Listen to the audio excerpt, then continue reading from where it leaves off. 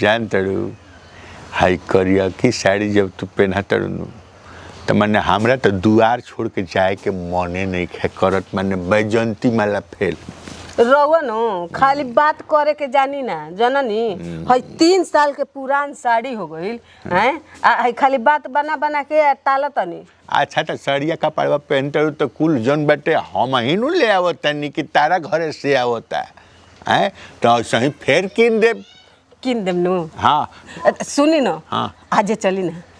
अब फिर देखा ये कहल जाला हैं जोगी के कुकुर बलाए हैं मैंने कह का देनी कि मैंने अब ही हम चलिए चली तो सुनी ना अभी ये किन देम नु। हाँ भैयावा के बियाहवा में पहनम न बिया हो तो बा किने के तो पड़ी चली ना आज चले के का करतनी जब बैठ के तो राम स्वरूप के बियाह कहिया बा यही महीना में ना लास्ट में बड़ुए जी यही महीना में बा। हाँ तब का तब दिने कहाँ बचल बा। हाँ यही से न कहतनी चली ना आज चले के बेकारे कहनी है कारे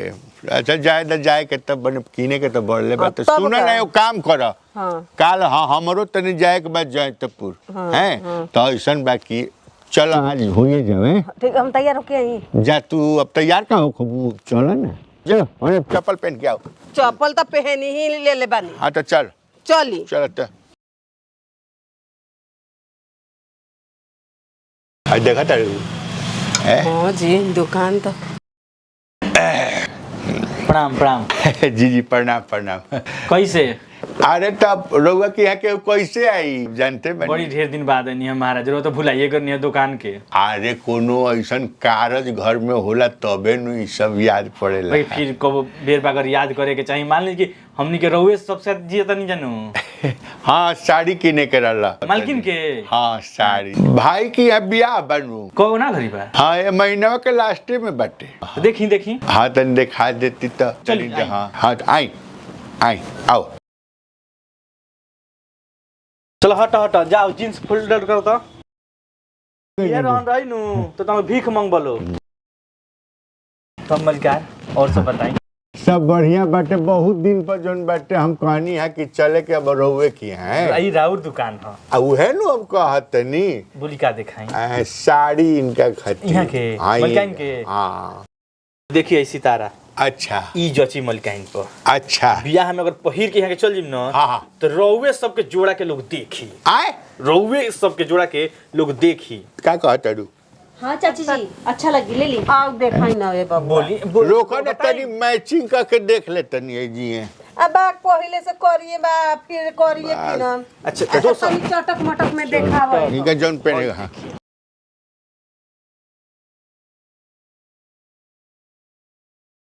ए जी होय देखी जी ए होय देखी आहा हा अरे राम बताइले चला ए बहुत सुंदर ये हमरा बहुत अच्छा लागत पहले पसंद करी अच्छा देखिए हेमे जोन भी साड़ी बा ना रो पसंद जोन पड़ता है ओकरा के शुरू साइड करी ओकर बाद हम ओकर दाम बता देतनी का करे रोका ना तारा का बुझाई अल्लाह झा हाँ हाँ ये अच्छा लागत खिलता के साइड में खोल ए साइड में इन्हें रखी रखा एक रखी हरियर पियर तन देखाव अच्छा हरियर पियर हौ देखो ना हौ का बा हई हई देखो हां कता ना निक लागत ओकरे नीचेवा वाला अच्छा हई हां अब बा को हरियर का ना कहानी हो हौ हौ पियर का देखी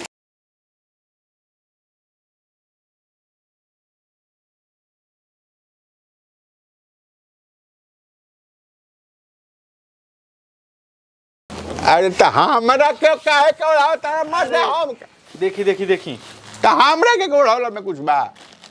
कबे से जंघिया मांगते देते नहीं खे पहले पसंद कली सड़िया आई जंघिया का है ना ना वो लइकन के टोपी है टोपी है टोपी टोपी है अरे रोड कहां है आ किना चलो ना अरे कुछ पसंद पड़ल देखा तनी साड़ी के पहाड़ बन गइल कुछ बताई पसंद पड़ल होके तो पसंद हम हमरा करे के मन जौन जौना पर ई अंगूरी रख दी है ऊ हम कीन दे मलकाइन रखी अंगूरी जल्दी मन बिया ना गेल ए बाबूआ हौ देखा हई हां एगो हौ देखा दो। अच्छा ढेर परेशान ना करल जी अच्छा ये लहंगा बोला जाता लहंगा लहंगा लहंगा साड़ी हाँ जी जी ई लहंगा साड़ी पहनबू अरे देखिए ना निक लगता है रुको तो एक सेकेंड ए कैसे भाई रुक सेकेंड तनी आई आईबू है ने अरे वाह वे अरे वाह जा चली पहले ले बागली का पहले बढ़िया ये नु ऐसे तत करावत नहीं बाबू हाँ चाचा सब खत्म सब कैंसिल है दे दा देखी मालकिन सबका के अलग दाम बा रउआ खातिर पर्सनल मलिकार आइल बनी न यहाँ के मुंह देख के हम बताओ तनी हमार मुंह देखी रउआ कुछ 1 रुपया पोसाई ना है में ना 7,000 रुपया रुआ दी ए का कहत रू 7,000 देखी कहीं नहीं सैकड़ा हजार वाला 1 रुपया में मिली ना हमनी के जो रुपया के किनले बाद में ना उतने रुपया में रुआ के दिया था हम एकदम बोली बोली बोली बोली का हाँ जी राम जी के नाम लेके बोली ए बोली 700 ए मलिकार थुकियो भर के लाशा बार हुआ बतिया में ये बताई कहाँ 7,000 कहाँ 700 रुपया कम दी पेट पलात मत मारी अच्छा हमरा कहला के मतलब बाटे कि मने हमनी के तो रोज के नु गहकी हई सा हम तो कहते बनी रोवा रोज की आवे नहीं हमरा के यहाँ ऐसा थोड़ी बा कि एक बेर आइल बनी चिंते बनी रोवा के हम हाँ। ऐसा थोड़ी बा बाकी मान ली कि 2 पैसा ना भेटाई तो का तो जाए दी तो का करेगा बस 710 ना मलिक रुआ 2 पैसा ना कहते हम 10 रुपया बढ़तनी है देखिए, दाढ़ी छुआ तनी ऐसा कोनो बात नहीं है का कहते 50 रुपया बढ़ जाई का ना 720 हाँ 720 ना मलिकार देखी ऐसी करी 6800 रुपया दे 6,800 रुपया दी ठीक बनो उसे कम ना हो पाई 6,800 हीरोवा खातिर कह देनी है समझी कि अब किराया भाड़ा नु घरे से जाई 10 रुपया दे दे 10 रुपया का मलिकार रो बकरी के पूछ नियर तनी तनी बढ़त तनी हां अच्छा बाबू हम वाजिब बन बोलनी है कि ना कहाँ वजीब बोलत तनी आय? हैं कहाँ वजीब बोलत 720 पर हम आगे बनी अरे हमू तो कहते बानी कि 6800 रुपया दी आ साड़ी रोयल ले ली तो जाई एकदम हमरो का नाम 68 रुआ पसंद बनू 768 ए महाराज 768 रुआ 68 कहनी नु रो मनियर के बियलो हई कम से कम ओकरो मान प्रतिष्ठा रखी हाँ वो तो है तो सुनी 800 ए महाराज सुनो ना 800 ठीक बा अब जब रहुआ कहिए देनी तब हम का कही रहुआ तो लगा था कि ऑर्केस्ट्रा में पैसा लुटा बतानी पैसा लुटावता हराम जाए तोरे चलते नुआ के एथी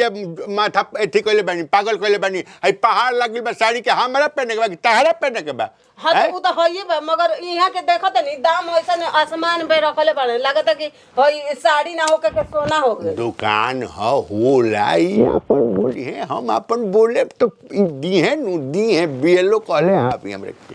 ए मलकाइन जो 800 रुपया में रवा हाला कइले बानी नु दम घाउज रवै जे करत इन दुकानिया में देख ली उतना के हमरा के यहाँ नु हई सामान मिलेला देख ली ई का है ए उतना के ई मिलेला ई जे का है रहुआ तो सब जगह मजाक करत रही मजाक करता नी वो हमरा मुंह पर फेंकले हम तो मुंह पर फेंकले तो का होई मारे लगी यही से प्रेम की फेंक मलिकार कहते तो डम घाउज मत कर है दुकानिया में ठीक बा ए ये तो लेवल गिरा के बात करत रहे चली चली दूसरा दुकान पर देखल जाई जा देखो हाँ, जा तब देखो का तारा और नियर देखी जे हो ऐसे लेवल गिरा के हमने के माने के का ज्यादा ना तू कहबा होता ने दी आदमी अरे ना दी तो कम से कम 500 के तो कनो एगो लुगा पसंद आ गेल तो तू ई तो लागत कि हमने के खेते लिखवा लिए हाँ खेत कैसे लिखवा ली है 850 हलो एकदम तारा औकाते नहीं किने के ठीक बा औकात नहीं के तार किने के खड़े खड़े कीले भाई दुकानवा कीले तारा औकात नहीं के तारा औकात नहीं के औकात नहीं के चलो बहरिया चलते तो हमार माथा खराब होता सुना हेलो हां भाई चल भाई भाड़ा को देखो जइबा के कुछ सुनल चाहता रह चली चल काजल कस्टम दुकान पर ले आनी चाय पी ली चाय पी ली। रख चाय चाय ले आई भाई रख चाय रख भर जा ना दो ना रख चाय रख चाय बात चला औकात नहीं के कार्य हमारे फायदा 1 रुपया ना 100 रुपया के चाय पिया वही जा ले रौदा नाम के बा धर पहले दिमाग गरम बा साड़ी सही हार पहले